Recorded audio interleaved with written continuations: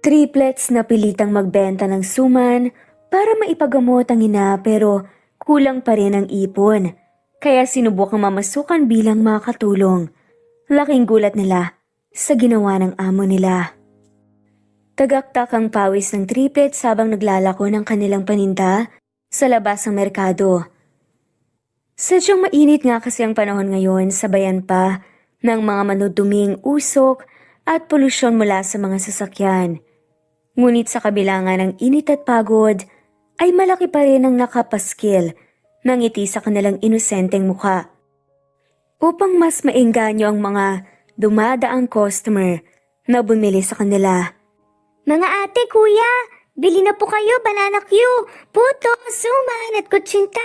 Mainit-init pa. Masarap po ang mga to dahil si Aling Pasing po ang nagluto, saka bonus na lang po kaming mga cute na naglalako. Sigaw pa nga ni Makmak, ang panganay sa triplets. Makmak, tignan mo oh. Alas 4 na pero wala pa nga yata sa kalahating naibenta natin. Kailangan nating maubos tong paninda natin para may pambili na tayo ng mga gamot ni nanay. Nag-aalalang sabi naman ni Maymay, ang pangalawa sa triplets habang pinapasadahan ng tingin ang luma niyang relo. Nauuhaw ako, Ate Maymay. May tubig pa ba tayo? Daing naman ni Makoy ang bunso sa triplets. Wala na naubos na natin. Ni isang patak wala nang natira. Pwede bang bumili na lang tayo ng mainom na tubig sa tindahan, ate? Tuyong-tuyo na po yung lalamunan ko eh. Sad naman ni Makoy. Hindi pwede. Kaunti pa nga lang itong nabawas sa paninda natin tapos bukas bibisitahin pa natin sa ospital si nanay. Kailangan din nating bilhin yung mga niresetang gamot ng doktor. Kumakamotulong paliwanag nga ni Maymay. Siguradong hindi mauubos tong paninda natin dito. Tignan nyo oh. Halos wala ng tao tapos malapit ng gumabi. Ani naman ni Makmak, dahil halos wala na nga ang tao sa labas ng merkado kung nasan sila ngayon naglalako. Pero teka, may naisip ako. Ang sabi sa akin ng kapitbahay natin na si Kuya Julius, may malapit daw na village rito. Lalakarin lang daw mula dito sa merkado. Saka tinuro niya rin sa akin kung saan ang sikretong daan papasok doon para hindi tayo masita ng mga guard. Nabuhaya naman ang mga mata ng dalawang paslit sa sinabi ng wais na si Makmak. Sigurado ka ba dyan, Kuya Makmak? Pero baka mahuli tayo, saka baka hindi naman sila bumili nitong nilalako natin eh. Eh syempre, mayayaman sila, baka nga hindi naman talaga sila kumakain ng mga ganito. Sad naman ni Maymay. Malay mo, paborito rin nila itong banana Q at saka puto. Saka kung sila ang bibili, siguradong papakyawin nila itong paninda natin. Hindi gaya dito na tingi-tingi lang binibili ng mga customer. Tapos yung iba, marami nga ang binibili pero nangihingi naman ng libreng dagdag. Nakangusong paliwanag naman ni Makmak at ang mga kapatid dito ay napatango-tango na lamang sa kanya. Sumangayon nga ang mga to sa plano ni Makmak. Maaliwala sa mukha na binaybay nga ng triplets ang sikreto at tagungdaan papasok ng village. Bigla na lamang rumehistro ang pinaghalong mangha at tuwa sa kanilang madungis na mukha nang makapasok na nga sila roon. Malayo ang agwat ng mga naglalakihang bahay at elegante ang disenyo ng mga to. Wari pa sa paningin ng mga paslit ay isang palasyong mga mansyong natutunghayan ng kanilang mga mapupungay na mata. Naglilibot-libot nang muna sila upang maghanap ng customer ngunit halos wala namang tao sa daan. Pagod na rin sila at nauuhaw nga ngunit mas pinagtutuunan nila ng pansin ang paghahanap ng customer na kung suswertehin ay papakyawin ang kanilang mga paninda. Maya-maya pa, sa di kalayuan ay nahagip ng kanilang paningin ang isang anyo ng lalaki na nasa labas ng mataas na gate. Nakasandal ito sa kulay itim na kotse at mukhang may kausap pa nga sa telepono. Sa pananabit nito ay mukhang siya ang may-ari ng mismong mansyon na nakatirik sa kanyang harapan. Ayun oh, lapitan natin yung lalaki na yun. Sakto, nasa labas siya. Patakbo na lumapit nga ang triplets sa lalaki dala-dala ang basket na kanalalagyan ng kanilang mga lutong paninda. Hinihingal ang mga to at tagaktak ang pawis nang makalapit sa gawing lalaki.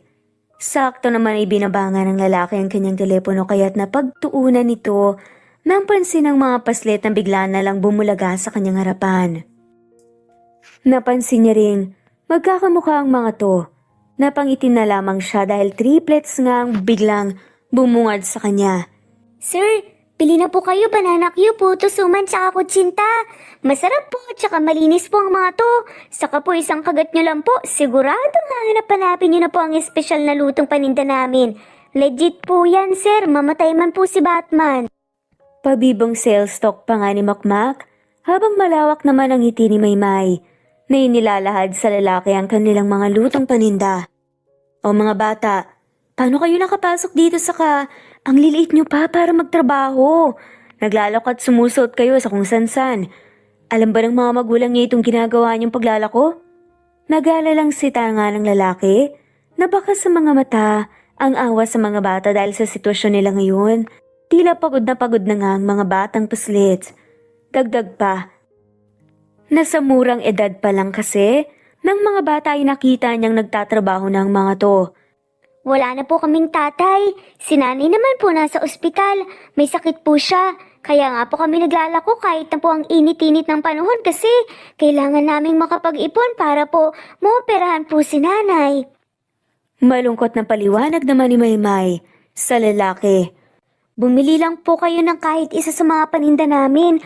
Malaking tulong na po yun, sir. Saka po promise, sulit na sulit po talaga ang pera nyo dahil napakasarap po ng mga paninda namin.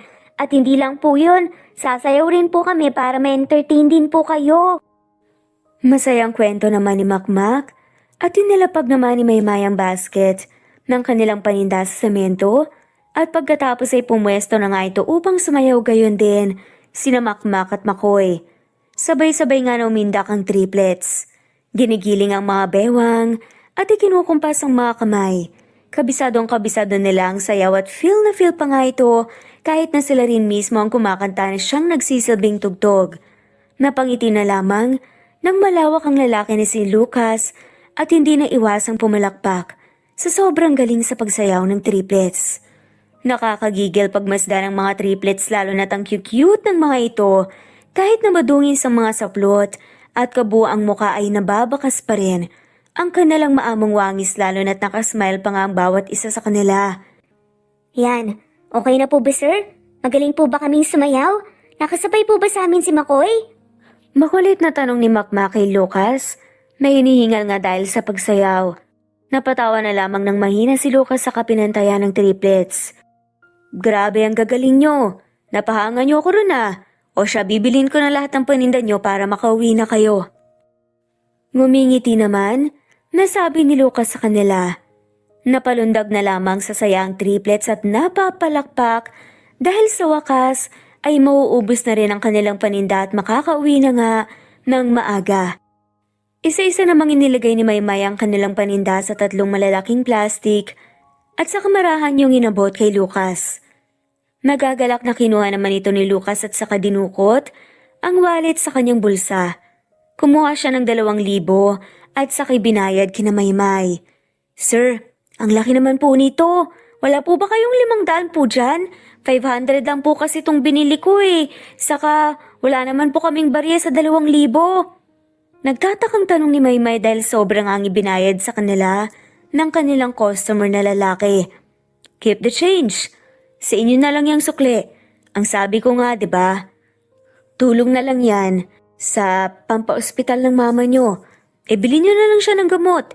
Tsaka pakainin yung sobra dyan para kahit papaano makabawas sa mga gastusin nyo. Pero sir, ang laki po talaga nito eh. Hindi po namin ito matatanggap. Sabi pa nga ni Makmak at pilit na binabalik ang pera kay Lucas. Ano ba Kuya Makmak? Tanggapin na lang natin. Marami na tayong mabibili dyan. Bulong pa nga ni Makoy sa kapatid. Hindi pwede. Nakalimutan mo na ba yung turo sa atin ni nanay? Huwag nga raw tayong tumanggap ng malaking pero sukli sa mga taong hindi naman natin kilala. O di kaya, hindi naman natin pinagtrabahuan yung pera. Pabalik na bulong pa nga ni Makmak kay Makoy. O mga bata, mukhang nag-aaway kayo ah. Don't worry, hindi naman ako masamang tao. Wala akong hinihinging kapalit sa ibinigay kong pera. Gusto ko lang namang makatulong talaga sa inyo. Sad pa nga ni Lucas. Nabuhaya naman ang loob ang triplets dahil may mabuting puso pala ang lalaki. Nahihiyan man, ngunit para sa ina ay mukhang tatanggapin na lang nila ang ibinigay nitong pera. Sige po, tatanggapin na lang po namin. Salamat po ng marami, sir ah. Paliwanag ng muka na may pagpapasalamat ng triplets. Para namang natunaw ang dibdib ni Lucas ng masilayan ng matamis at malawak ng ngiti ng 3 paslit. Pakiramdam nga niya ay may 3 anghel na nasa harapan niya ngayon at nagpapasalamat sa handog niyang grasya. It's nothing.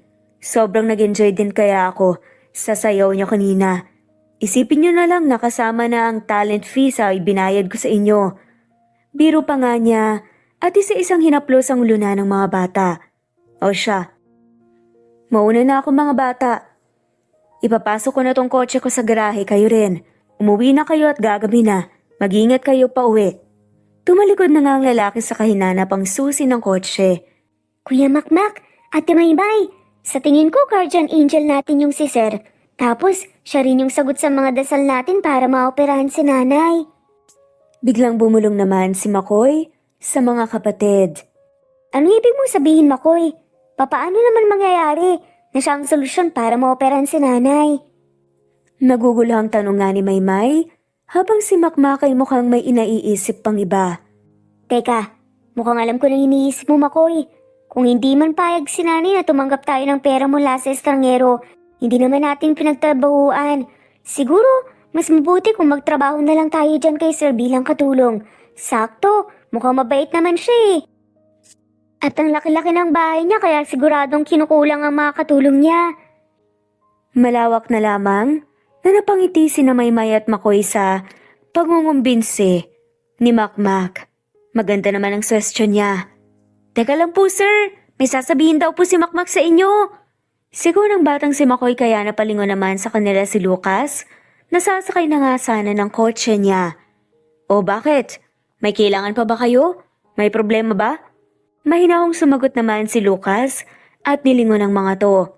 Kasi po, kailangan po namin ng malaking pera pampa-opera po kay nanay eh. Hindi rin po namin alam kung saan po kukuha ng ganung halaga. Ang plano po sana namin, mamasukan na lang po kami, nakatulong sa inyo para po may matino na po kaming trabaho at kahit papaano, makapag-ipon na po pampa-opera po ni nanay. Biglang may kumurot sa damdamin ng lalaki ng marinig ang pakiusap sa kanya ng inosenteng bata. Lumapit pa ang mga to sa kanya tumangat ng malungkot ng tingin, pati ang mga nagbibilugang mata ng triplets, wari pang nakikiusap sa kanya. Nakakalungkot isipin na ang mga batang dapat tinuturuan ng mga bagay-bagay sa eskwelahan narito ngayon. Nais nang magtrabaho at parang matured na nga ang pag-iisip. Ngunit bilib din siya sa mga ito dahil tinatapangan nila ang kanilang loob sa ngalan ng kaligtasan ng kanilang may sakit na ina.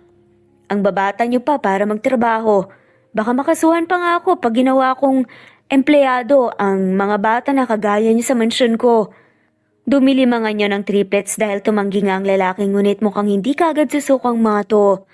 Pero sir, kailangan na kailangan po talaga namin ng trabaho na mas malaki ang sahod kaysa po sa paglalako para po mapag-ipunan din po namin kagad ang pampa-opera ng nanay po namin. Nangungusap ang mga mata ng 3 paslit. Bumakas sa kanilang mukha ang refleksyon ng hirap at dusa na nararanasan sa pagbabanat ng buto na hindi man lamang sumasapat sa kanilang gastusin ang kinikita rito. Kaya't nahihirapan din ang mga to na makapag-ipon para sa operasyon ng inang may sakit sa kidney. Nanlambot naman si Lucas para bang sumugid sa kanyang loob-loob ang kakaibang sakit at awa na sa buong buhay ay ngayon lang niya naramdaman. Okay, sige. Pero sa Lunes pa kayo magsisimula. Wala ako rito this weekend at saka bawal kayong magtrabaho ng mga mabibigat at mahihirap. Yung mga magagaan lamang na gawaing bahay ang magiging trabaho niyo sa akin. Hindi nakatiis, napagpayag nga ni Lucas. Gusto na nga niya sana na bigyan na lamang ng pera ang mga to, ngunit sumagi rin sa isip niya na siguradong tatanggihan lang nila ang perang yun. At duda rin siya na baka biktima lamang ang triplets ng isang sindikato na sapilitan silang pinapatrabaho. Masayang-masaya naman ang triplets at agad siyang hinandugan ng mahigpit na yakap. At damang-dama sa yakap na yon ng taos-puso napasasalamat sa lalaki. Salamat po talaga, sir. Nga pala, ano pong pangalan niyo? May ngiris sa labi na tanong ng batang si Makmak. Lucas. Lucas ang pangalan ko. Ang ganda po ng pangalan niyo. Parang pang-anghel po. Sige po, Sir Lucas, babalik na lang po kami dito sa Lunes. Salamat po talaga ng marami. Malaki ang ngiti sa bawat isa sa triplets nang umuwi na nga sila sa tinitirhan na barong-barong. Kagad nilang inabot sa kapitbahay na si Aling Pasing ang benta sa mga niluto nitong paninda. Agad din namang ibinigay ng Ali sa mga paslitang kanilang sahod sa paglalako. Kinabukasan ay binisita nga muna ng triplets ang kanilang ina na nakakonfine sa isang public hospital. Libre naman ang pananatili ni Kyla rito, ngunit sagot pa rin nila ang manirereseta na gamot ng doktor at pagpapaopera kay Kyla. Nanay! Sabay-sabay na nagsitakbo ang mga paslit sa kanilang inang si Kyla na ngayon ay nakaratay nga sa kama. Maraming nakakabit na aparato sa kanyang katawan na siyang sumusuporta sa kanya upang mabuhay at makasurvive sa pang-araw-araw. Unti-unti na kasing nangihina si Kyla, lumalala na ang kanyang sakit sa kidney.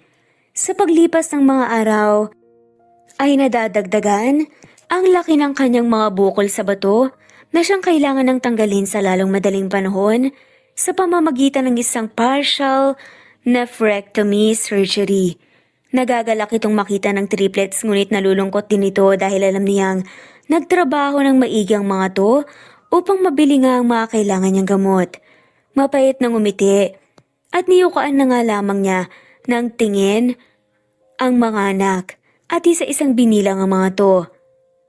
Oh, Makmak, Maymay, Makoy, namiss kayo ng sobra ni nanay. Nagagalak na wika niya. Sakay sa isang hinalikan ang matatambok na pisngi ng triplets.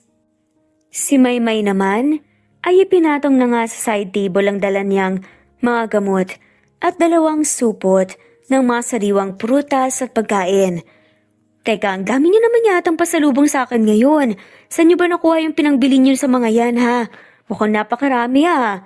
Marami ba kayong napagbentahan? Nagkatitigan ng triplets sa isa't isa sa usisa nga ng ina.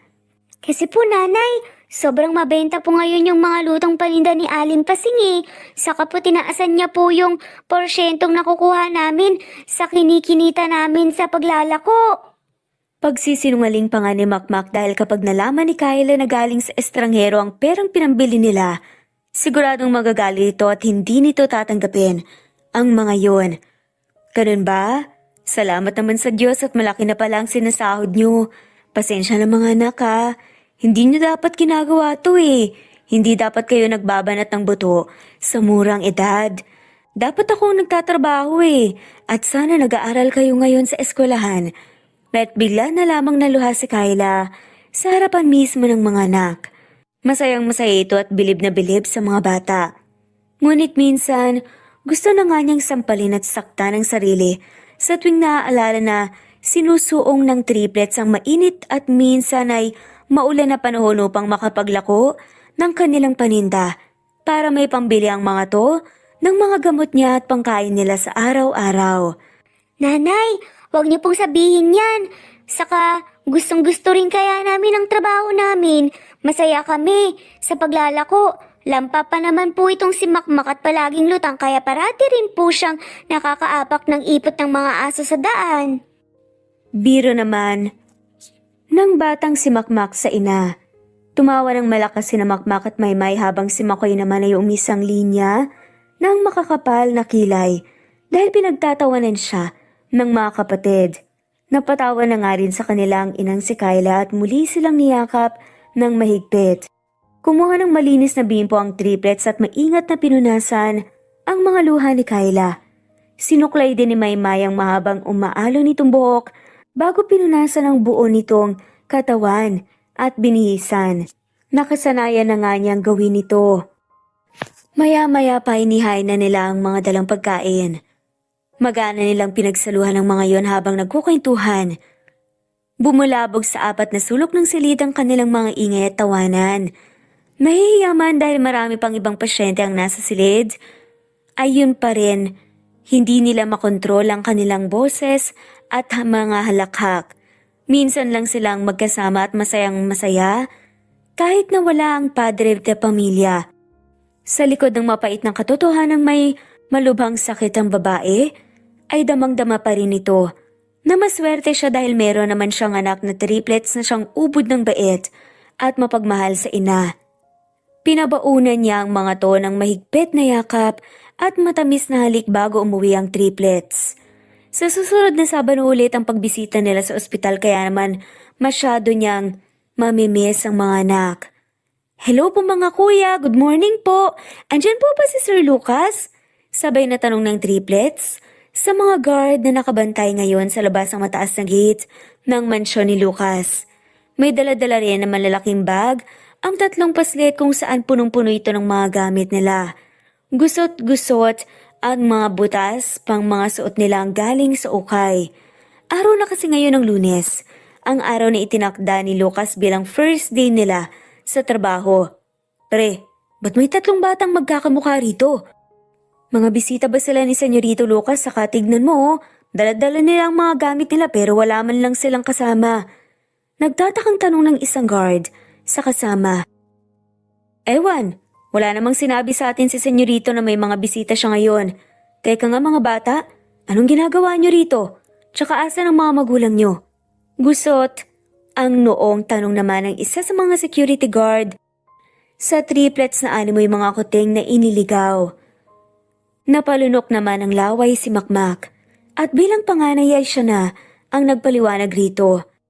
Kinuha po kasi kami ng amo nyo nakatulong dito sa mansyon.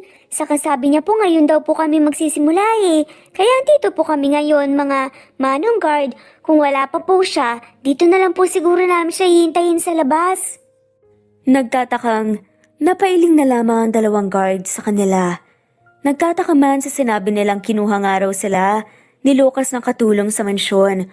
Mukhang hahayaan na lang nilang mga makukulit na bata na hintayin nga ang kanilang amo sa labas. Mukhang mababait naman kasi ang mga to at walang masamang gagawin. O siya sige, maya-maya pa siguro darating si boss eh. May nasikaso pa kasi siya sa opisina. Ngumiti ng malawak ang triplets at taus-pusong nagpasalamat sa mga guards. Sabay-sabay na umupo ang mga to sa isang tabi at doon nga matyagang hinintay ang pagdating ni Lucas. Ilang minuto pang nakalipas ay dumating na nga ang lalaki. Kagad na nahagip ng kanyang paningin ng triplets sa labas ng bungad pa lang ng mataas na gate kaya't maingat na nga niyang ipinarada ang kotse sa isang tabi. Tignan mo nga naman tong mga batang to. Kaya aga-aga nandito na halatang seryoso talaga sa trabaho para mapa-opera ang inang may sakit. May ngiti at namamangha naman na sabi nito sa sarili at hinubad na nga ang suot na seatbelt. Malawak ang ngiti niya nang bumaba na nga sa kotse upang salubungin ng triplets. Sir Lucas! Excited na lumapit naman sa kanyang mga batang paslit. Mga bata, 7:00 pa lang ng umaga oh. Napakaaga naman yata ng pagpunta nyo rito. Kasi po bawal malate sa first day ng trabaho eh. Nakakahiya naman po sa inyo kung tinanghali po kami ng pagpunta rito. Energetic naman na sagot ni Makmak. Namangha naman ang lalaki sa kanila. Halatadong naturuan ng magandang asal at sa murang edad pa nga'y parang matured na nga silang mag-isip. Teka nga, hindi ko pala naitanong sa inyo. Ilang taon na ba kayo? At ano bang pangalan nyo? Hindi ko pa pala alam ang itatawag sa inyo mga bata eh. 6 years old po kami, Sir Lucas. Ako po si Makmak. Ako po ang unang lumabas, kaya ako po ang panganay. Ito naman po si Maymay. Siya naman po ang sumunod. At siya naman po si Makoy, ang bunso po namin. Maagap na sagot naman ni Makmak na siyang nagpagulat naman kay Lucas. 6 years old? Napakabata niyo pa pala. Sa edad niyong yan, dapat tinuturuan pa kayo sa eskwelahan. Kung malusog lamang po si nanay at walang sakit, siguradong nag-aaral po sana kami ngayon gaya ng dati. Ang kaso po, hindi naman po in-expect. Biglang nagkasakit po si nanay at wala pa po kaming ibang kamag-anak na pwedeng matakbuhan. Wala na rin po si tatay kaya heto po kami ngayon, gumagawa po kami ng paraan. Ginagawa po namin ang lahat para po mapagamot si nanay. Di bali na pong Hindi nag-aaral, ang mahalaga po mailigtas po namin ang nanay namin. Determinadong katwiran naman ni Makmak na siyang mas nagpabilib sa lalaki. Malakas ang loob ng mga bata at dahil dito, mukhang nakuha na nga nila ang loob ni Lucas. Ngumiti ito sa mga bata bago pinantayan. O sige, dali na. Sumakay na lamang kayo sa kotse ko, sumabay na kayo sa akin papasok ng mansyon. Halos mahulog naman ang mga panganang triplets sa aya ng lalaki. Talaga po, pinapasakay niyo rin po kami sa mamahalin mong kotse? Hindi kaya baka madumihan lang po namin yung kotse niyo, sir? Nagtatanong pa lamang si Makmak. Sa lalaki excited na ngang sumakay ang makulit na si Makoy. Sa kotse na walang paalam. Hoy, bastos mo naman Makoy. Nauna ka pa kay Sir Lucas. Nayayamot na saway naman ni Maymay. Sa makulit na kapatid na siyang umisilang sa kanila. Hayaan nyo na, sadyang hindi nga ugali ni Makoy ang tumanggi sa grasya. Natatawang sabi na nga lamang ni Lucas sa kanila. Sumakay na nga ang lahat papasok ng mansyon. Pagkababa ay bahagyang napanganga sa manghang triplets, napakagara at napakalaki kasi ng mansyon. Malinis at napakaganda ng mga disenyo. Pagkapasok naman nila, mas namangha pa sa tanawin ang mga to. Mula sa marmol na sahig hanggang sa coffered ceilings na mayroon pang nakasabit na malaki at grandeng chandelier. Ang laki naman po ng bahay niyo, Sir Lucas. Wala po bang multo rito? Saka mag-isa lang po ba kayo? Wala pa po ba kayong asawa at mga anak? Sunod-sunod na tanong nga ng batang si Makmak habang namamangha nga sa paligid. Kasama ko rito ang mama ko at ang mga kasambahay. May asawa ako pero nasa ibang bansa, wala rin akong anak at mas lalong walang multo dito. Ganun po ba? Pero bakit pa wala po kayong mga anak? Di ba may asawa naman po kayo? Hindi po ba kayo malungkot? Curious na tanong pa nga ni Makmak habang kumakamot nga sa batok. Bigla namang humirit si Makoy. Si mama nga may mga anak, wala namang asa. Mabilis na tinabunan ni Makmak ang bibig ni Makoy ngunit narinig pa rin yon ni Lucas. Ano? Walang asawa ang mama mo? Teka nga, nasan pala ang tatay nyo? Anong nangyari sa kanya? Ba't wala siya sa piling niyong mag-ina? At bakit hindi siya ang nagsusustento, nagpo-provide para sa inyo? Umiba ang ihip ng hangin at biglang lumungkot ang kanina'y masayang mukha ng triplets. Sabi po ni nanay sa amin, namatay po ang papa namin nung nasa tiyan pa lang po kami. Nakakalungkot nga po wala po kaming tatay. Hindi po namin naramdaman ang pagmamahal ng isang ama simula po nang ipinanganak po kami. Nakayukong sagot nga ni Maymay. Sorry mga bata, hindi ko kasi alam eh. Pero oo nga pala, hindi ko pa kilala ang nanay nyo. Ano bang pangalan niya? Secret po. Gusto po kasi namin na kayo po mismo ang tumanong kay nanay kung ano pong pangalan niya.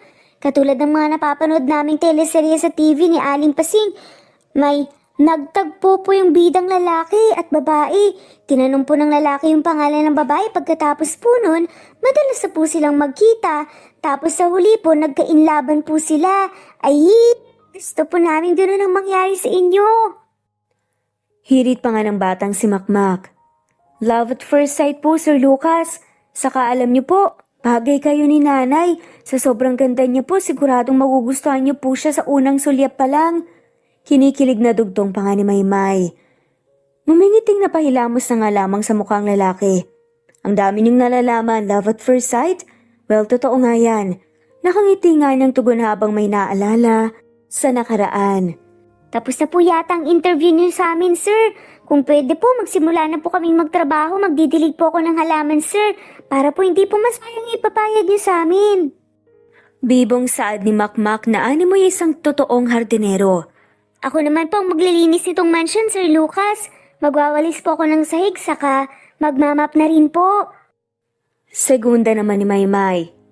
Napangiti si Lucas at napatango-tango. Okay, sige. Kung yan ang gusto nyo pero maglinis lang kayo hanggat sa kaya nyo, okay? Pag napagod kayo, magpahinga agad kayo. May mga katulong naman talaga dito sa mansyon at hindi kasing bigat nang sa kanila nang magiging responsibilidad nyo dito. Ang isipin nyo na lang ay mga saling pusa lang kayo. Kaya hindi sa lahat ng oras ay trabaho ang atupagin nyo at pwede rin kayong maglaro paminsan-minsan. Maliwanag ba mga bata? Tumangutang ang mga bata sa pangaral ng lalaki. Napakabait nito at ramdam na ramdam ng bawat isa't isa sa kanila na maswerte silang makilala si Lucas. O ikaw naman, Makoy. Anong gagawin mo? Gusto mo bang sumama na lang sa akin sa pagdidilig?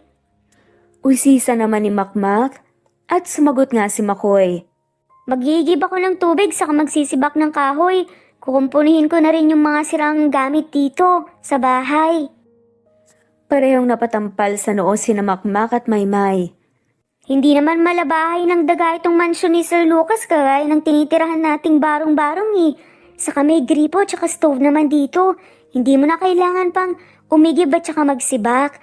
Ay, sano ka ba naman, Makoy? Wala ka bang common sense? Napapadyak pa nga ng mga paa si Makmak at mukhang nagalit at nagtampo yata ito sa sinabi ng kanyang ate. Napangiti at kumibit balikat na nga lamang si Lucas sa kakulitan ng triplets. O tama na yan, huwag na kayong mag-away. O siya sige na, ihahatid na muna kayo ni Manang Tina sa magiging kwarto niyo para maligpit niyo na rin yung mga gamit niyo. Pwede kayong magpahinga bago simulan ng trabaho. Ako naman may gagawin din. Saka, okay na ba ang lahat ng mga bata? Malinaw na ba sa atin ang lahat? Alam niyo na ba ang mga gagawin at hindi dapat? Basta huwag kayong magpapagod. Sabay na tumangutango naman ang mga bata at masayang sumaludo kay Lucas. Sa unang araw nila sa mansyon ay naging maayos ang lahat. Nawiwili pa nga sila sa kanilang mga ginagawa na para bang naglalaro lamang. Maghapon na naglinis ang mansyon si Maymay.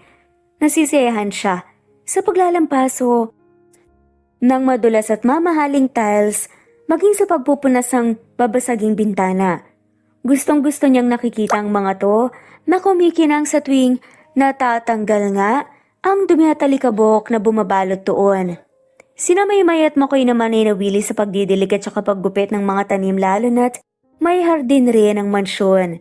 Pati nga ang mismong hardinero doon na-enjoy na kasama sa trabaho ang dalawang bata. Makukulit at napakabibo kasi ng mga to. Napapatawa na nga lamang ang hardinero at kahit papaano ay napapawi ang pagod sa dalang kakulitan ng dalawang batang paslit. Pinapasabay din ni Lucas ang triplet sa pagkain ngunit tumanggi ang mga to. Sadyang alam nga ng mga batang paslit ang lumugar bilang katulong niya. Pagsapit naman ng gabi ay masayang humiga sa malapad at malampot na kama ang tatlong paslit upang magpahinga at matulog na nga ng maaga.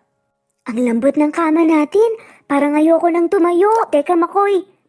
Magdasal muna tayo bago matulog. Maymay, ikaw ang maglilid ng prayer ngayon.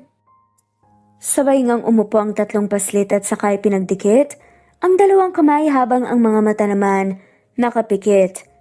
Papa God, thank you po kasi may maayos na po kaming trabaho. Thank you po kasi binigay niyo po sa amin si Sir Lucas at napakabait niya po. Para po siyang anghel. Sorry din po kasi nagsinungaling po kami kay nanay. Hindi namin sinabi na nagtatrabaho po kami bilang katulong. Tapos kakakilala lang namin sa amo namin. Sorry po Papa God, sorry din po Mama. We love you po Papa God. I love you rin po nanay. Guardian Angel, bantayan niyo po ng mabuti si nanay ha. Yun lang po. Maraming salamat po. Taimtim nga na dasal ni Maymay at saka nag-cross sign pa nga sila ng sabay bago muling humiga. Sa mga kaganapan ay may pag-asa ng natatanawang triplets. Marahan nilang ipinikit ang mga mata at natulog na nga ng mahimbing. Pagkakinabukasan, maagang gumising ang mga bata upang simulan ang kanilang trabaho. Magpupunas tayo ng mga babasaging vase tsaka furnitures ha. Dapat maging maingat tayo sa mga galaw natin para wala tayong mabasag at masira, okay? Pagbibigay panuto nga, ni Maymay sa mga kapatid sa isa-isa silang binigyan ng basahan. Mga bata, mag-ingat kayo ah. Napakamahal ng mga vase na yan, nakaramihan ay galing pa sa ibang bansa. Huwag kayong bumasag ng isa, okay? Kung ayaw niyong magalit sa inyo si Sir. Bili naman sa kanila, ni Manang Tina ang mayordoma ng mansyon. Pag nagalit pa si Sir Lucas, namamalo rin po ba siya ng puwet? Kayo po, napalo na po ba kayo ni Sir Lucas sa puwet kasi nakagawa po kayo ng mali at hindi niya po gusto? Inosenteng tanong naman ni Makoy kaya't napatawa na nga lamang ang mayordoma. Ano ba ang mayas ka nga? Sa ating tatlo, ikaw talaga tong pinakaisip bata, nakakahiya. Nahihiyang saway pa nga ni Maymay. Bakit? Bata naman talaga ako ah. Nakapaut naman ang katwiran nga ni Makoy. Tumigil nga kayong dalawa, nakakahiya kay Manang oh. Manang Tina, promise po mag-iingat po kami. Dahan-dahan lang po ang pupupunas namin po ng mga vase para po wala kaming mabasag. Ngumingiti na lumisan ang mayordoma na natatawa na lamang sa mga bata. Halos lahat ng mga katulong at staff ni Lucas. Nagtataka nga kung bakit kinuha nga niyang mga katulong ang mga batang estranghero at mukhang palaboy-laboy sa lansangan.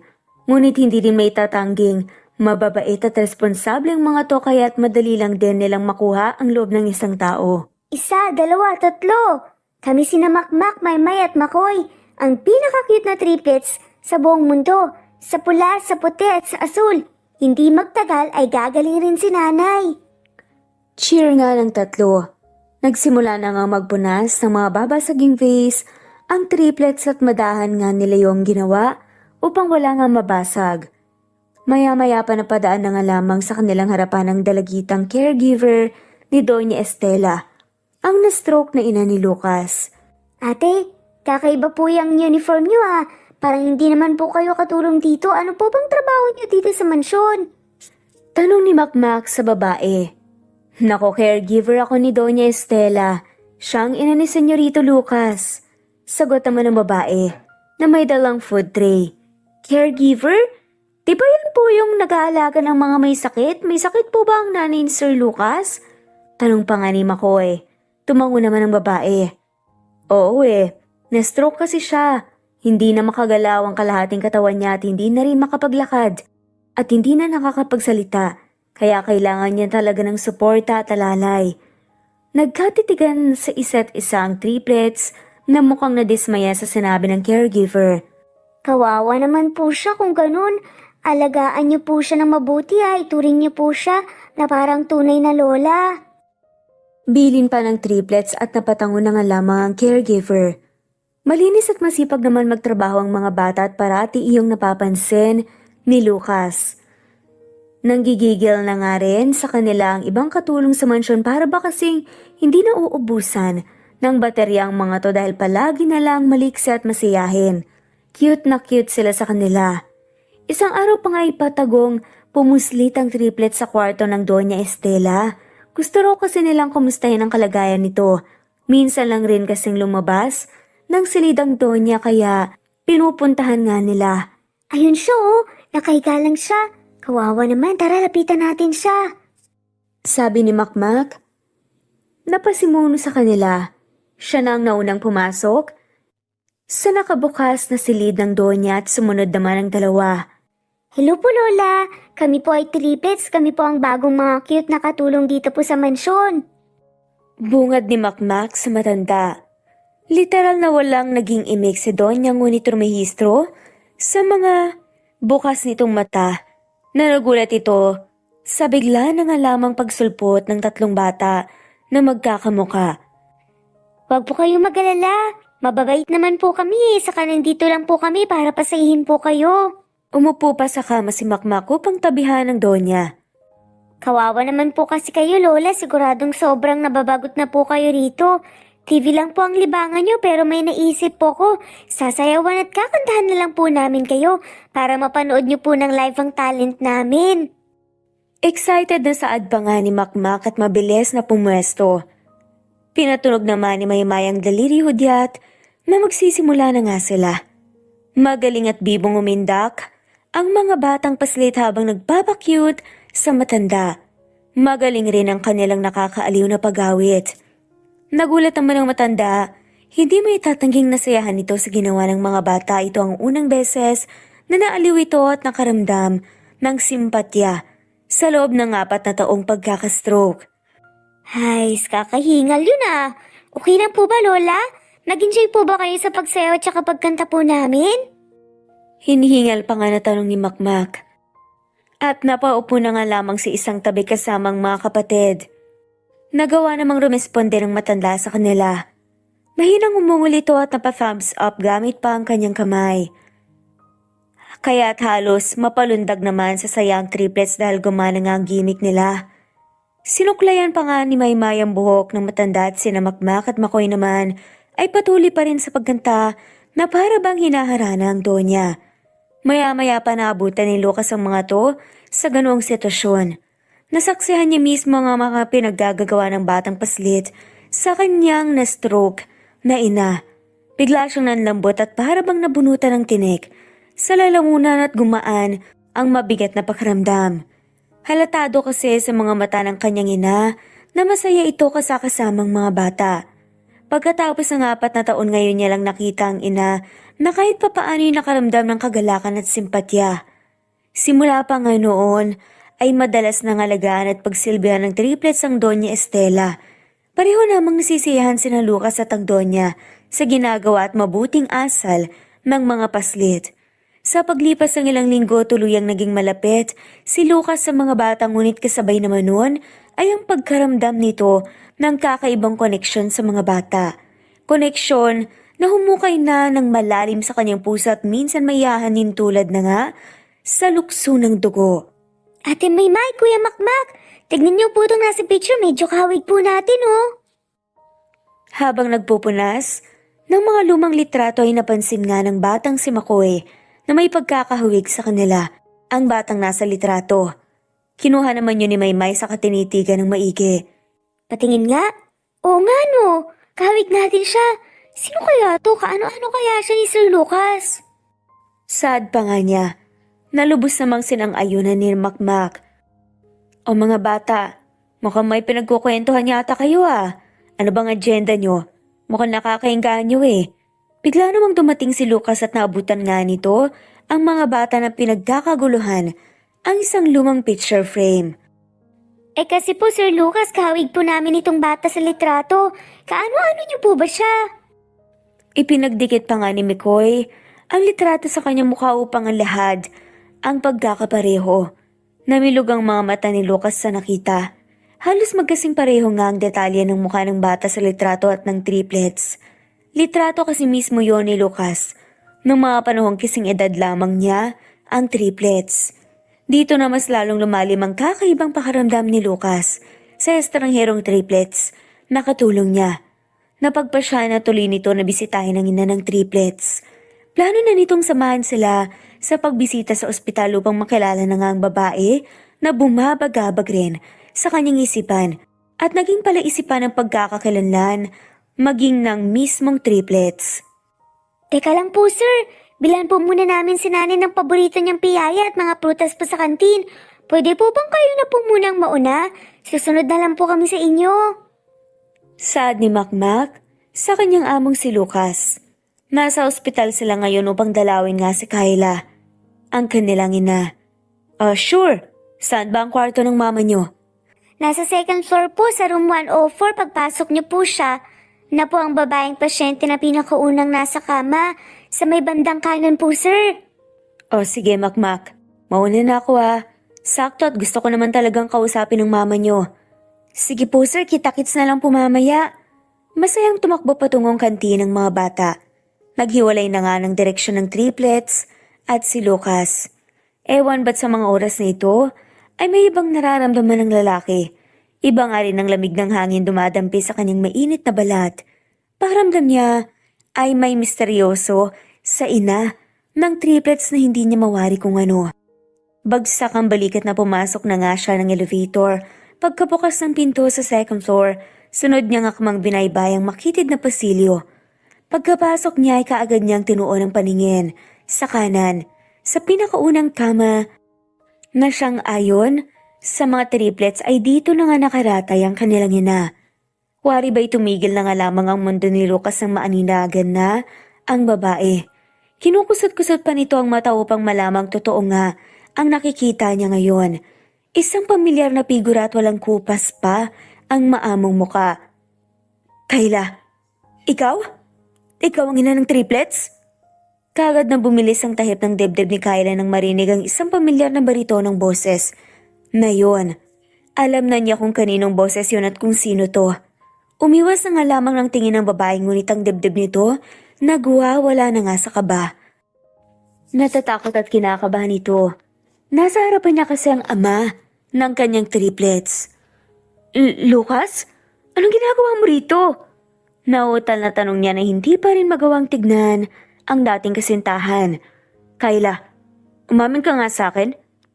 Anak ko ba ang triplets? Mga anak natin? Maging si Lucas ay hindi inaasahan ang mga katagang namutawi sa kanyang bibig. Wari ba'y pumproseso yon sa kanyang puso at hindi na nga sa kanyang isipan.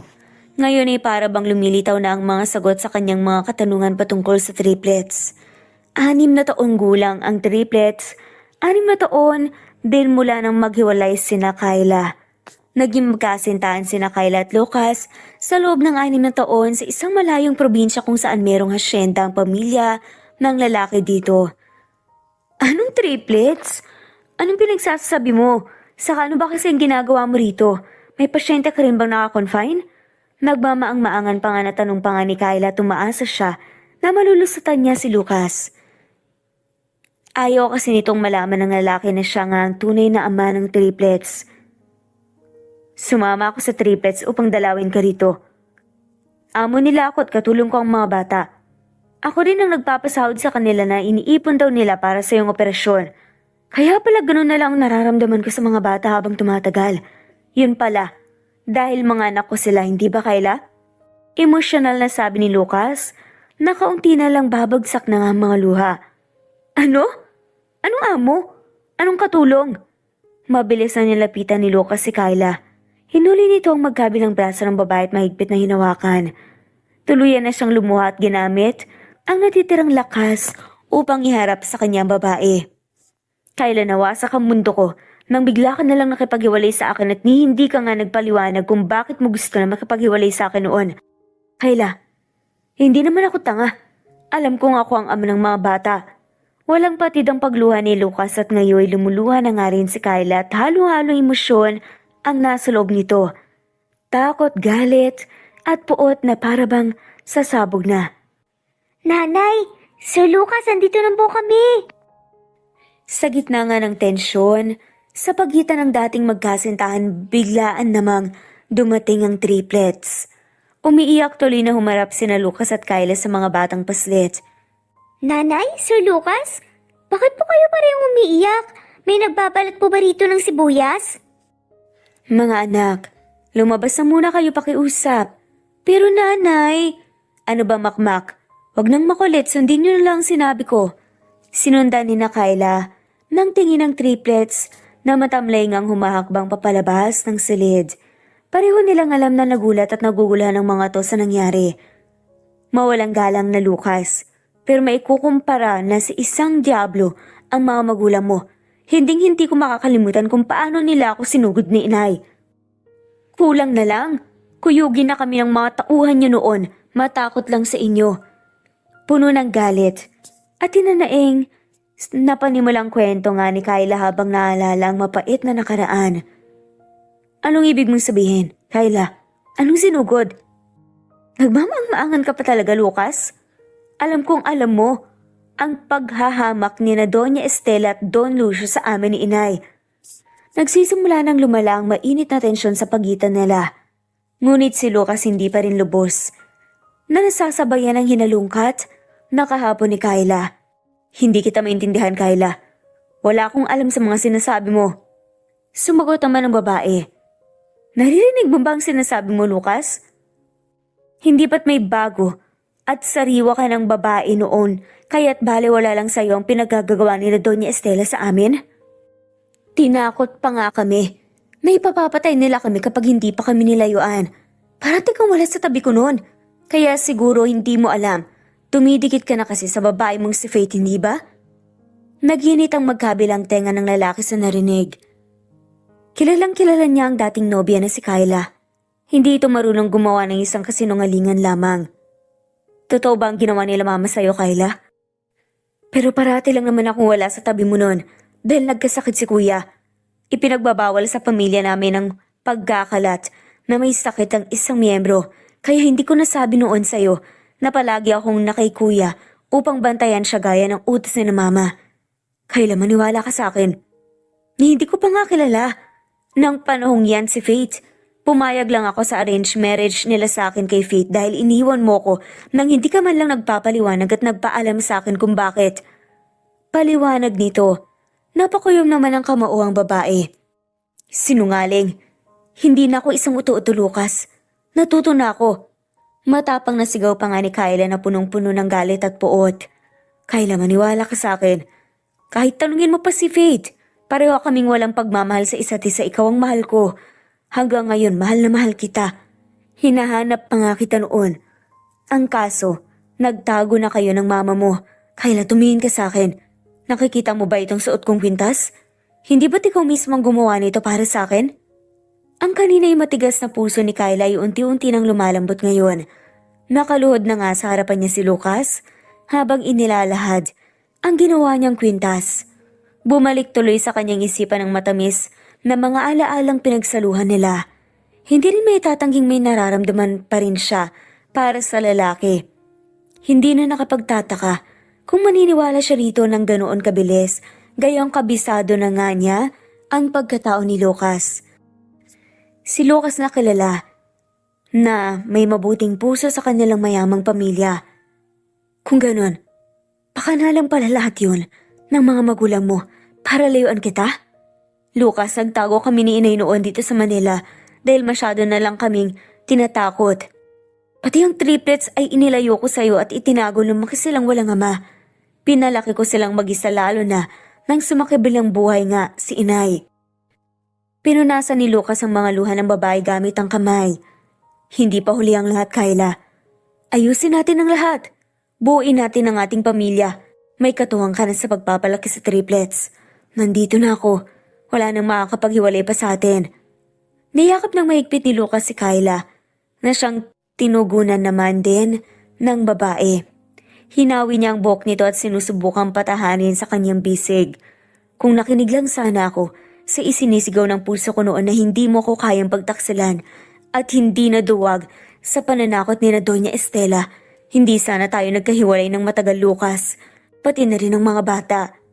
Nilisap ng dalawa ang mga oras na to, sa wakas ay nabigyan ng hustisya na ang pananabik nila sa isa't isa at ang mga bagay na kanilang pinagsisisihan. Natatameme na nga lamang sa kanila ang ibang mga pasyente na kasama si Kyla sa silid. Puno ng emosyon ng mga pagtatapatang muli nilang pagkikita. Masayang tinawag na ni Lucas ang mga bata at excited na nga siyang tawaging tatay ang mga to. Makmak, Maymay, Makoy, mayayakap niyo na ngayon ang tatay niyo. Nandito siya. Naluluha ngunit masayang-masaya ni imporma ni Kyla sa mga anak na triplets. Po? Nandito po ba ang multo ni tatay? Agarang sagot naman ni Makmak. Kaya pala kanina pa naninindig ang balibo ko eh. Nagmumulto pala si tatay. Gatong pa nga ni Makoy.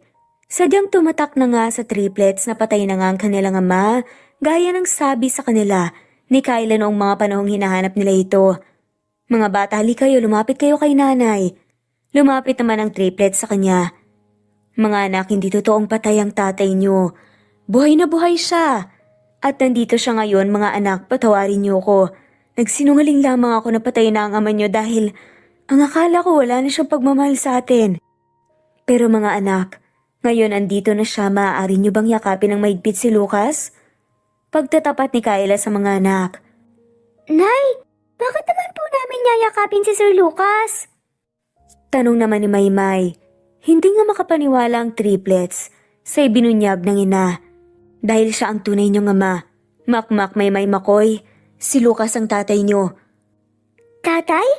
Tatay po namin si Sir Lucas? Sabay-sabay na tanong pa nila habang nagsisilakihan ang mga mata. Lubhang nagulat nga ang mga bata. Oo mga bata, totoong sinasabi ng mama niyo. Halina kayo rito, dali. Gustong gusto ko na kayong mayakap bilang ama niyo. Walang patid ang pagluha ni Lucas habang hinihintay lamang na lumapit sa kanyang triplets. Na siyang kumirot naman sa damdamin ng mga bata. Ito ang unang beses na nakita nilang lumuha si Lucas at punong-puno yun ng sinseridad. Wala rin sa tono nilang dalawa ni Kyla na nagbibiro lamang ang mga ito sa kanila. Sir Lucas, ikaw po pala ang tatay namin. Patakbong lumapit pa si Makmak kay Lucas at hindi na nga nagdalawang isip pa na yakapin ito. Naguguluhan man at hindi pa rin lubos na sumink in sa mga isipan ni na Maymay at Makoy ang nangyari, ay sumunod na rin sila sa nakakatandang kapatid. Lumapit sa Larito at mahigpit na niyakap si Lucas. Sa bisig ng lalaki naramdaman ng triplets ang kalinga ng isang ama. Ang init ng yakap na yun ay nagagawang iparamdam sa kanila na ang laman at dugong nananalaytay sa kanilang katawan ay nanggaling mismo sa lalaking kayakap nila ngayon. Ang lalaki na kahapon lang tinuturing nilang amo ay siyang tunay na ama pala nila. Marami pong salamat, Lord. Buhay pala ang tatay namin. Pagpapasalamat pa nga ng triplets na para bang wala nang mapagsidla ng saya. Tatay na ang tawag ng mga to kay Lucas na parang kahapon lang ay amo lamang nila. Nagkabalikan na rin sina Kyla at Lucas at ibang nagpatuloy na nga nila ang naudlot na pag-ibig. Si Lucas mismo ang gumastos sa operasyon ni Kyla at pumirme na nga rin siya pati na nga rin ang triplets sa ospital upang mabantayan ng maayos ang babae. Sa awa ng Diyos naging ligtas at matagumpay naman ang operasyon ni Kyla. Tuluyan nang natanggal ang mga bukol sa kanyang kidney. Ganon na lang ang saya ng triplets, maging ang ama nilang si Lucas. Ligtas na si Kyla, malayo na nga siya sa bingit ng kamatayan at mabubuo na rin ang kanilang pamilya. Ngayon ay nasa loob na sila ng kotse sa parking lot ng ospital, magkatabi sina Lucas at Kyla sa front seats habang ang triplets naman ay nasa back seat na masayang kumakain at naglalaro ng mga toys na binili ng kanilang ama. Hindi ba magagalit ang mama mo sa akin, Lucas? Kinamumuhian niya na ako simulat sa pool pa lang dahil isa lamang akong anak ng tindera ng tuyo sa probinsya. Mababang uri ako ng babae, kaya nga't ginawa nilang lahat ng papa mo, mapaghiwalay lang tayo. Ano naman kaya ang magiging reaksyon nila ngayong bumalik na ako at magsasama pa talaga tayo sa isang bubong? Naghalin lang sabi ni Kyla. Marahan namang kinuha ni Lucas ang kamay ng minamahal at saka matamis itong hinalikan. You don't have to worry anything, Kyla. Wala nang makapaghiwalay pa sa atin. Simula ngayon ay ako na ang masusunod. Actually, 4 na taon na simula nang ma-stroke si mama. Wala nang pakiramdam at hindi niya na nga naigagalaw pa ang kalahating katawan. Tabingin na rin ang bibig niya at hindi na nakakapagsalita pa. Pero alam mo ba, Kyla, kitang-kita ko sa mga mata niya na nasisayahan siya sa tuwing nasa tabi niya ang triplets. Mababait ang mga bata. Hindi sila mahirap mahalin. Napalaki mo sila ng tama at maayos, Kyla, kahit wala ako sa poder niyo. Proud na proud ako sa'yo. Tipid na ngumiti naman ang babae at muling nagsalita. Paano naman ang asawa mo? Kahit may kalaguyo nga siyang iba sa ibang bansa, kasal pa rin naman kayo sa papel. Sabihin man nating pareho kayong may kinakasamang iba at wala naman kayong nararamdaman sa isa't isa. Alalahanin mo, Lucas. Hindi pa rin sapat yon para maputol ang pagkakatali nyo sa isa't isa. Kasalanan pa rin sa batas at sa mata ng Diyos ang pagsasama natin. Kyla, wag mo namang sabihin yan. Magpa-file ako ng annulment. Siguradong papayag naman doon si Faith. Sa aming dalawa, siya nga ang unang nakapag-isip tungkol sa annulment. Ilang taon lang ang hihintayin. 1 o 2 o maaring ang hindi naaabot pa ng 1 taon. Paniguradong mawawala na ng bisa ang kasal namin. Besides, ikaw naman talaga ay never nawala sa puso ko. Marahang sagot pa nga ni Lucas. Pero papaano naman si Don Lucio? Ang papa mo? Paano kapag nalaman niyang nagsasama tayo at may mga anak pa? Paano kung kasuhan niya ako dahil nakikipagrelasyon pa ako sa lalaking kasal na? Hinawi ni Lucas ang buhok na nakakalat sa mukha ng babae. Alam niyang may punto ito ngunit hindi nga niya kaya pang mawalay kay Kyla at sa mga triplets. Abala siya sa mga negosyo niya abroad. Hindi na mag-aaksaya pa ng oras si Papa para alamin ang mga nangyayari dito, Kyla. Hala akong alam at silbi sa mga negosyo nila ni Kuya. Kaya nga't pina-arrange nila ang kasal namin ni Faith. Ginamit lang naman nila ako upang mas patibayin ang pagiging magkasosyo nila ng ama ni Faith at maging isa na kaming pamilya upang mas mapatibay pa at magkahati na sila sa mga negosyo. Kahit papaano tumahan na nga si Kyla at nawala na nga ng pag-aalala. Isinandal nito ang ulo sa balikat ni Lucas. Sa kamariing ipinikit ang mga mata. Marahan namang nagmaneho ang lalaki at nakatulog nga si Kyla sa kanyang balikat habang ang triplets naman walang sawang naglalaro. Hindi tuloy maiwasan ni Lucas ang ngumiti sa tuwing sinisilip ang mga anak sa rear view mirror ng kotse. Mga bata, nandito na tayo. Kyla mahal, gising na. Nasa bahay na tayo. Excited na bumaba nga ng kotse ang triplets at si Lucas naman inalalayan si Kyla. Dahan-dahan lang Kyla, baka bumukay ang tahi mo. Salamat Lucas. Salamat sa lahat. Wala nga naman Kyla. Responsibilidad kong paglingkuran ka. Kayo ng mga bata. Ngumiti ng matamis si Kyla sa minamahal. Makmak anak, dalhin mo munang mga kapatid mo sa loob. Samahan niyo ang Lola Estela niyo sa sala. Naroon siya at miss na kayo. Malumani na utos pa nga ni Lucas sa anak. Sige po, Tay. Sumunod naman si Makmak at dinala na nga ang mga kapatid sa loob. Ang laki-laki pala talaga ng mansyon niyo dito sa Manila, no? Mas malaki pa kaysa doon sa mansyon niyo sa probinsya, Lucas. At dito na rin natin bubuin ang pamilya natin, Kyla. Gagawa tayo ng maraming magagandang alaala dito, kasama ng mga bata. Ano tara na? Pasok na tayo sa loob at baka maambunan ka pa dito, sa labas. Tumango si Kyla at tinalalaya na ulit ito ni Lucas papasok. Mama, si Kyla nga pala at ang triplets. Mga anak namin sila mama. Sila ang mga apo nyo. Saad ni Lucas sa ina. Isa-isang nagmanong mga bata kay Doña Estela na nakaupo na nga sa may sofa. Mano po mama, ako po to si Kyla. Masaya ako na malamang bago kayo na stroke ay hinihingi niyo pala ang kapatawarin ko. Huwag po kayong mag-alala mama, pinapatawad ko na po kayo. Nagmano rin si Kyla sa Doña at mahigpit itong niyakap. Gamit ang kanang kamay ay marahan namang hinagod ni Doña ang likod ni Kyla. Yay! One big happy family na tayo. May tatay, may nanay, may lola, at may malaking bahay. Masayang nagsigawan pa nga ang mga triplets dahil ngayon ay buo na nga ang kanilang pamilya. Tara po, group hug po tayo. Sabi pa ni Maymay at masayang nag-group hug nga ang lahat.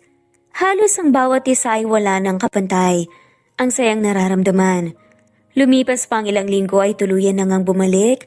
Ang lakas ni Kyla kaya't palagi nang namamasyal ang buong pamilya niya sa kung saan-saan. Mapa-theme park, amusement park, beach, mall, at circus. Kahit saan dinadala nga ni Lucas ang mga bata upang maglaro at enjoyin ang kanilang pagiging isang bata. Si Kyla naman ay palagi niyang dinedate sa mga restaurant at sa mga magagandang park kung saan romantiko at sweet nga ang kanilang date na para bang mga teenagers. Kyla, ang bango naman ng napakaganda kong girlfriend. Nakaka-addict yung amoy mo, promise. Malambing pang niyakap ni Lucas mula sa likuran at pinyong hinalikan pa ang makinis na leg ng babae. Lucas, ano ba? Nakakakiliti yung balbas mo ah. Saad nga ni Kyla na sobrang bilis naman ang kabog ng dibdib. Mas idiniin pa nga ni Lucas ang mga halik nito kay Kyla na parang wala itong narinig. Ngayon lang naman Kyla, pagbigyan mo naman ako please. Saglit lang. Garalgal na boses na bulong pa nga nito sa kanyang tenga. Pinaharap nga ni Lucas ang babae at isinandal sa pader. Kaagad niyang inangkin ang labi nito at siniil ng halik. Nadarama nila ang init ng katawan sa bawat halik ni Lucas at tinutugunan din iyon ni Kyla. Hindi niya sinasadya yon. Kumukusa na nga ang mga labi niyang gantihan ang mapusok na halik ng lalaki. Alam na ni Kyla kung ano ang nais gawin ng kasintahan sa kanya. At gusto niya nga lamang sabayan yun ngunit naramdaman nito ang malamig na pader. Bigla niya nga alala isang pagkakamali ang ginagawa nila. Kaya't mahinang tinulak nito sa dibdib si Lucas. Lucas, hindi na ako magpapakipot pa. Gusto ko rin to. Pero hindi pwede. Walang dapat mangyari sa atin hanggat hindi pa nawawalan ng bisa ang kasal niyo ni Faith.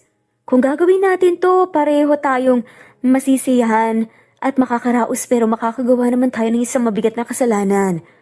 Nahihiyang kumpronta naman habang habol hininga na saad ni Kyla.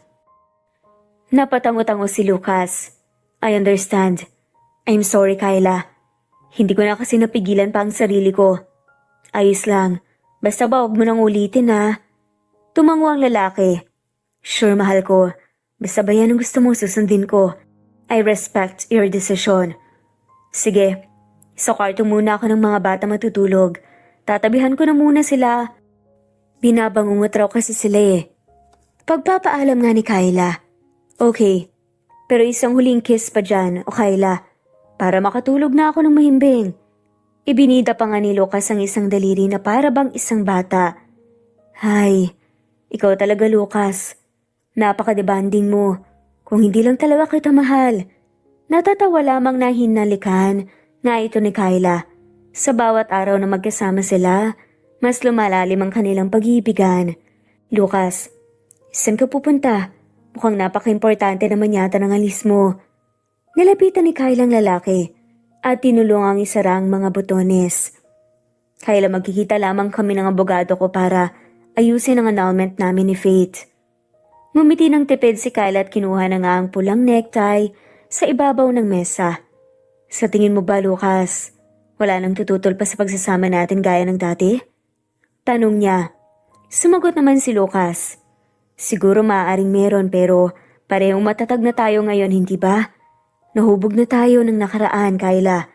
Hinding-hindi na tayo magpapalinlang. Matatalo natin ang sino man na magkasama. Hinawakan ni Lucas ang kamay ni Kyla na tinatali ang necktie at sa kamarahang pinisil. Hinalikan niya ang babae sa noo pababa sa labi. Nagkita nga si Lucas at ang kanyang abogado sa isang cafe. Inayos nila ang mga dokumento at mga papeles na kinakailangan para sa annulment. Pati na rin ang pera na siyang gagastusin para maproseso ang final annulment nila, pati na nga rin sa filing fees. Lahat ng mga hakbang na ginawa niya ay lingid sa kalaman ng amang si Don Lucio at ng kanyang kuya na parehong nasa ibang bansa. Yay! Nandito na si tatay! Masayang umuwi si Lucas sa pamilya nito habang dala nga ang pasalubong na 3 box ng donuts. Sinalubong at niyakap naman kaagad siya ng triplets.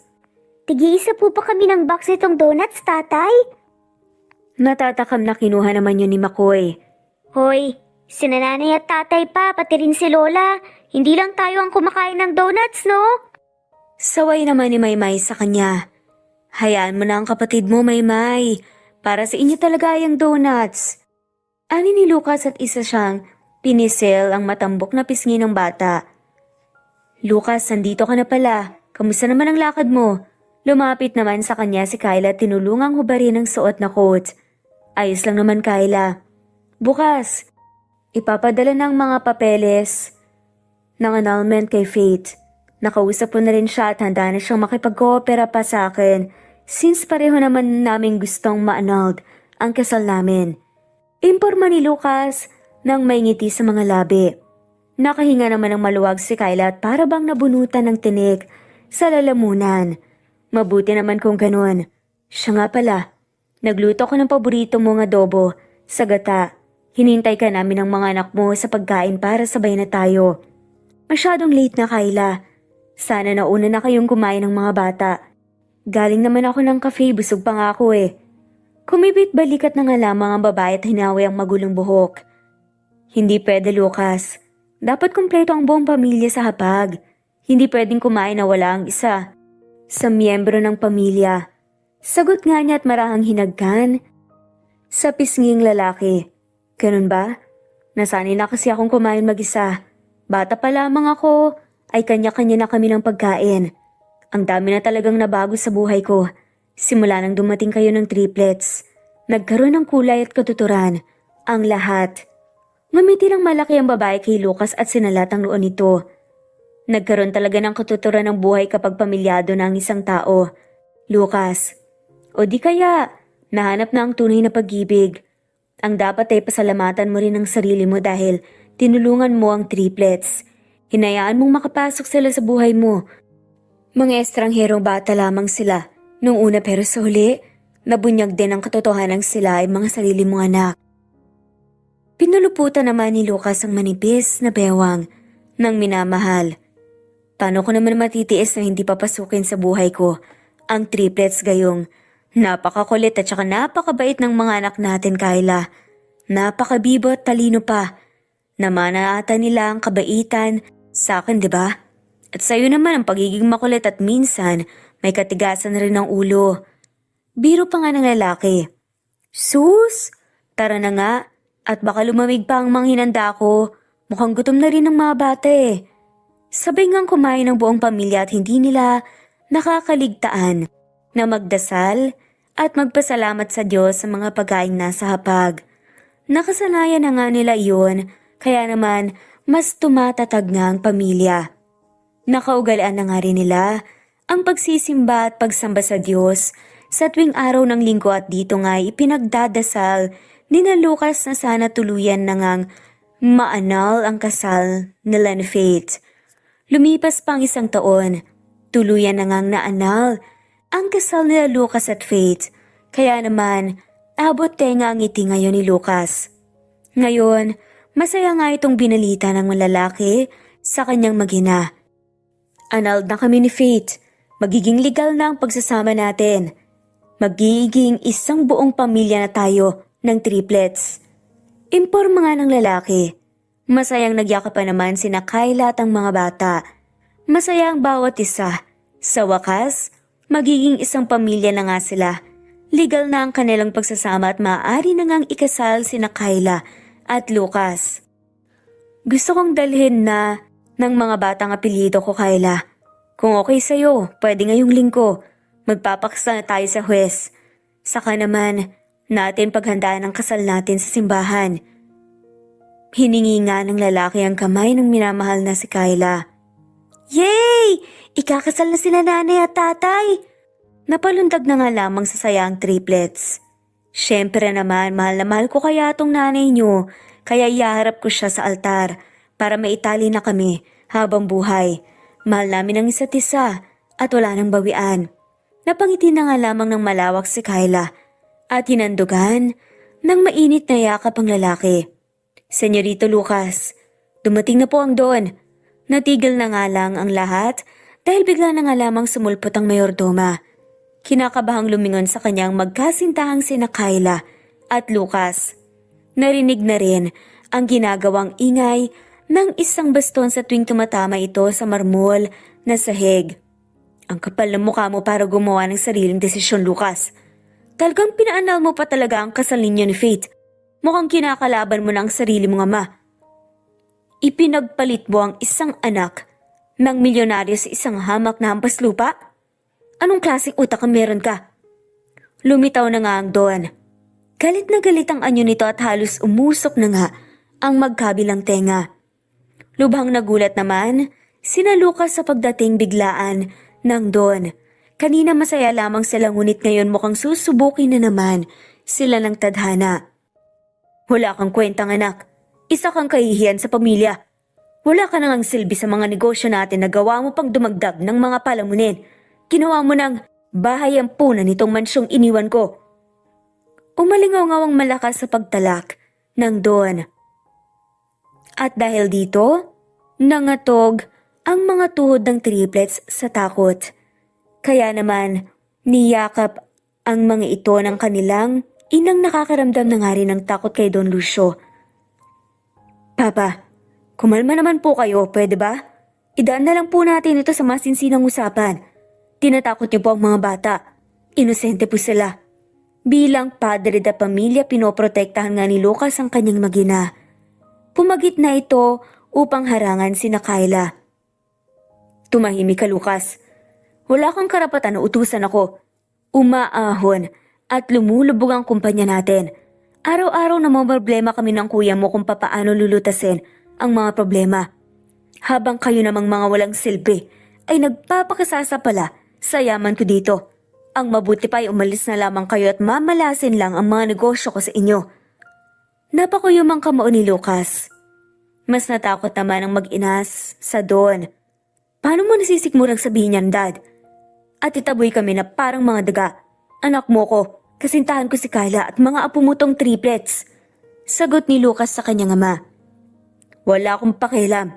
Kahit ilang dosena pa ang mga anak mo, buti sana kung mga ginto ang mga yan, hindi ko inaasahang nagkaroon pa ako ng isang anak na mangmang pagdating sa negosyo at puro pag-ibig lang ang nasa utak. Sukdulan na nga ng lala at nakakainsulto ang mga salitang lumalabas sa bibig ng Don. Parang ang wala nitong puso at awa kahit na mismong mga apo niya ang nasa harap niya ngayon. Tama na po. Kung ayaw niyo sa amin, aalis na lang kami. Mabubuhay naman kami na kami lang at hindi umaasa sa yaman niyo. Matapang naman na sumabat si Kyla. Hindi na nga niya napigilan ang sarili at dumidilim na nga ang kanyang paningin dahil kung papaano sila tinataboy at tinatakot noon ni Don sa probinsya, ganito rin ang nangyari ngayon. Mabuti naman, dahil magkakagulo talaga tayo kung hindi kayo lalayas dito sa teritoryo ko. Dumura pa nga si Don Lucio at padubog na iniwan sila. Walang respeto na klase ng matanda. Sa ganitong pagkakataon mukhang hindi na nga siya nararapat na bigyan ng respeto. Dismayado na humarap na nga lamang si Lucas sa kanyang mag-ina. Halos hindi na nga niya magawa pang tignan ang mga kaawa-awang batang musmus. May alam akong lugar, Lucas. Malayo dito at mabubuhay tayo ng bayapa at simple. Magiging salat nga tayo sa pera pero malalagay naman tayo sa katahimikan at malayo sa sakim mong ama na si Don Lucio. Pwede tayong magtulungan para magumpisa ulit. Saad ni Kyla sa lalaki. Sasama ako kahit saan. Basta ba kasama ko kayo ng mga bata, Kyla. At hindi ko kayo pababayaan. Umuwi na nga lamang ng probinsya sina Kyla at doon nga namuhay ng simple. Natutong mangisda at mang-opera si Lucas para sa pamilya. Dito nga rin sila kinasal sa West. Naging witness naman sa kanilang kasal ang mga kamag-anak ni Kyla. Gawa lamang sa kahoy ang bahay nila ngayon. Hindi kalakihan gaya ng mansyon ngunit sapat at komportable naman na para sa buong pamilya. Nanay, nandiyan na po si tatay.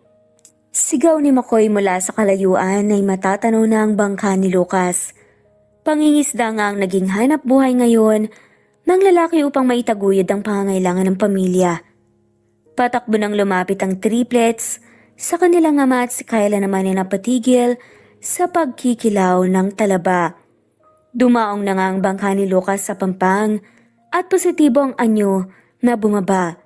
Ang dami mo namang huli, tatay. Namamangang sabi pa nga ni Makmak dahil marami nga ang huling isda ni Lucas na umaabot ng ilang balde. Ang tataba ng mga isda at ang lalaki ng mga mata kagaya ng sayo, Makoy.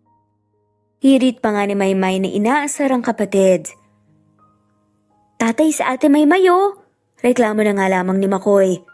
Tama na nga yan, buhatin na natin tong mga balde ng isda. Utos si Makmak at binuhat na nga ang isang balde. Teka mga anak, ang bibigat niyan. Kaya niyo bang buhatin? Tanong naman ni Lucas. Siyempre naman po, tatay. Ang lalakas kaya namin. Tignan niyo po tong muscle ko. Ang laki pa po. Bibong saad naman ni Makmak at ibinida pa nga ng mga batang mga cute nilang muscle. Wala namang nagawa ang kanilang ama, kundi ang pagbigyan sila. Ang galing talagang mangisda nitong asawa ko. Puri naman ni Kyla sa lalaki habang pinupunasan ng mga pawis. Siyempre naman sa sobrang gwapo ko ay maging sa mga isda, lapitin talaga ako. Nauhumaling sila sa akin kaya ako sana nga silang pumapasok sa lambat ko. Pilyong saad pa nga ni Lucas at ngumiti nang nakakaloko. Puno ng karisma si Lucas kaya naman hindi maiwasang kiligin nitong si Kyla. Ang kapala, maligo ka na nga. Ang lagkit mo na nga at saka amoy malansa ka pa. Halos buong araw ka kasing nasa laot. Hinaplos nga ng lalaking makinis na pisngi ng asawa. Okay, maliligo na ako pero dapat samahan mo ko ha. Pagod na ako parang hindi ko na ata. May galaw tong mga kamay ko. Paliguan mo na lang ako, Kyla. Sarcastic at nakakaloko pa nga ng sagot nga ni Lucas at malanding hinilikan sa leeg si Kyla na siya namang nakikiliti. Ano ba, Lucas? Makikita tayo ng mga bata. Mahinang kinurot naman ni Kyla sa tagiliran ng lalaki.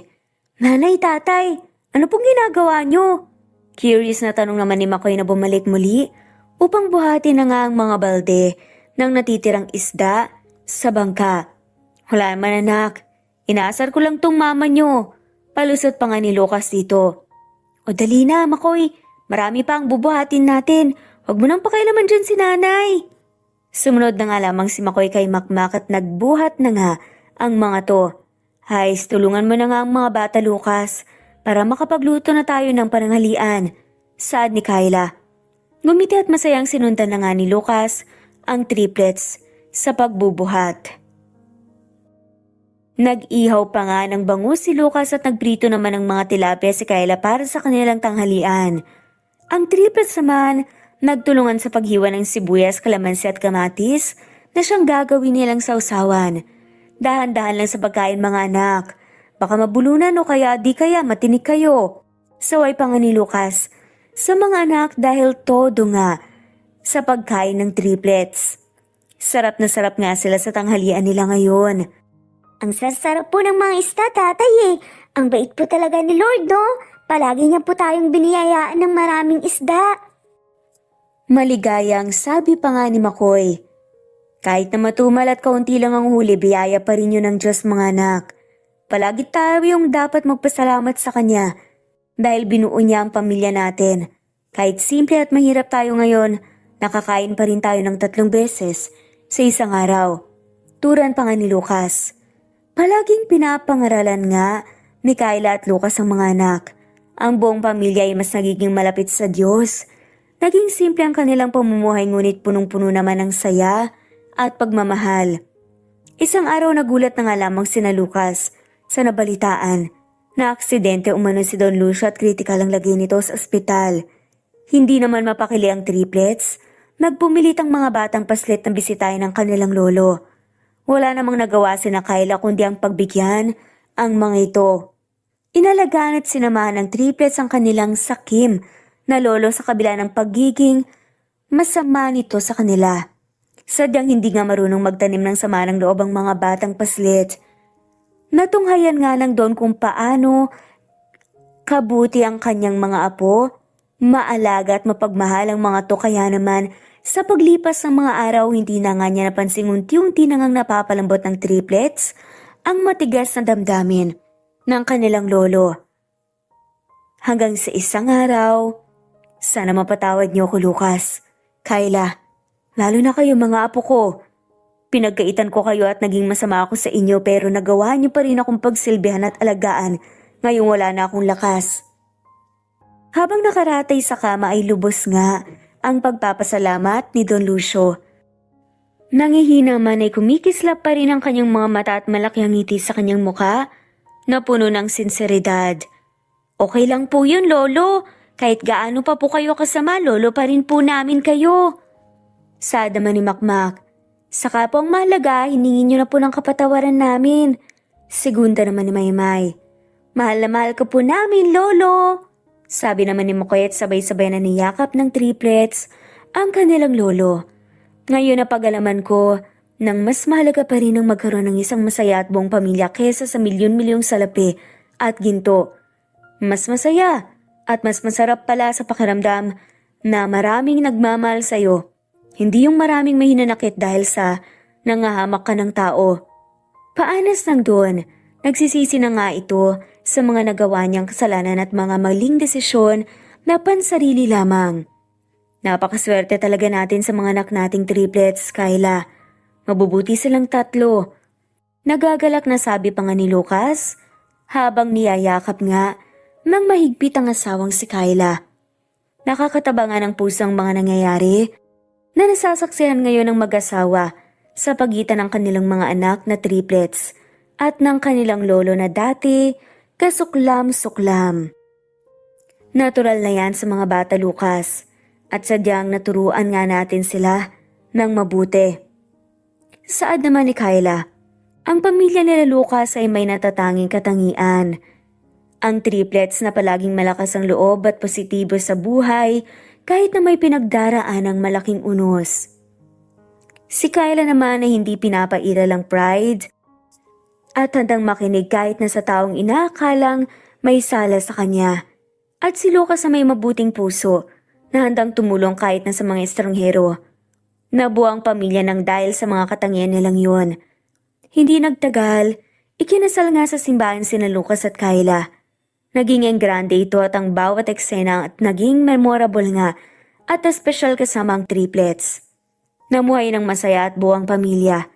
Nadagdagan pa nga ng triplets ng 2 pang nakababatang kapatid. Mas sumingay at mas sumaya tuloy ang tahanan nila Kyla at Lucas. Pinasok na rin ni Lucas ang business world upang ma-ensure ang kinabukasan ng 5 anak. Business partner niya rin si Kyla at lumalago na ang negosyo nilang clothing line. Ang mundo ay minsan ang naging malupit sa buhay ni na Kyla, Lucas at ang triplets. Ngunit dahil sa kanilang kabutihan at lakas ng loob, naharapin at labanan ang mga hamon sa buhay, naabot rin nila ang rurok ng kaligayahan at walang hanggang pasasalamat at pagmamahal. At dito na nga po nagtatapos ang kwentong pagmamahalan ni na Lucas at Kyla. Maraming salamat po at i-comment nyo lamang po kung gusto nyo pong magpa-shoutout bilang pasasalamat po sa walang sawang pagsubaybay nyo sa ating munting channel. Thanks for listening, God bless, and shoutout po sa mga sumusunod.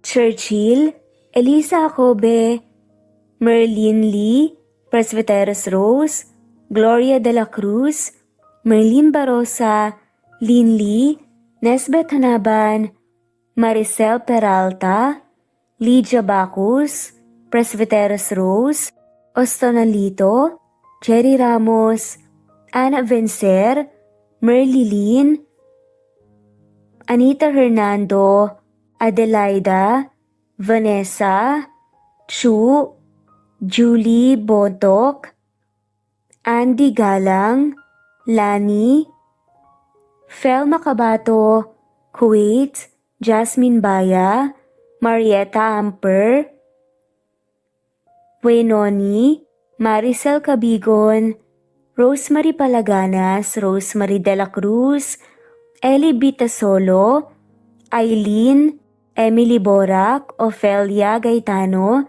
Jeje Monramos, Junaline, Hebedo, Daisy Blasa, Flory Robles, Corazon, Danke, Nelani Juan, Flordet, Mira's Channel, Alarica Padua, Harem Ruchi, Evelina Kiamco, Ostonalito, Anisha Jacobe, Vanessa, JC, Emelita Matias, Reynaldo, Cleo Kawaling, Irene Lagidaw, Wilma, Imelda Forteza, at shoutout na rin po sa lahat ng mawalang sawang sumusubaybay. Maraming salamat po.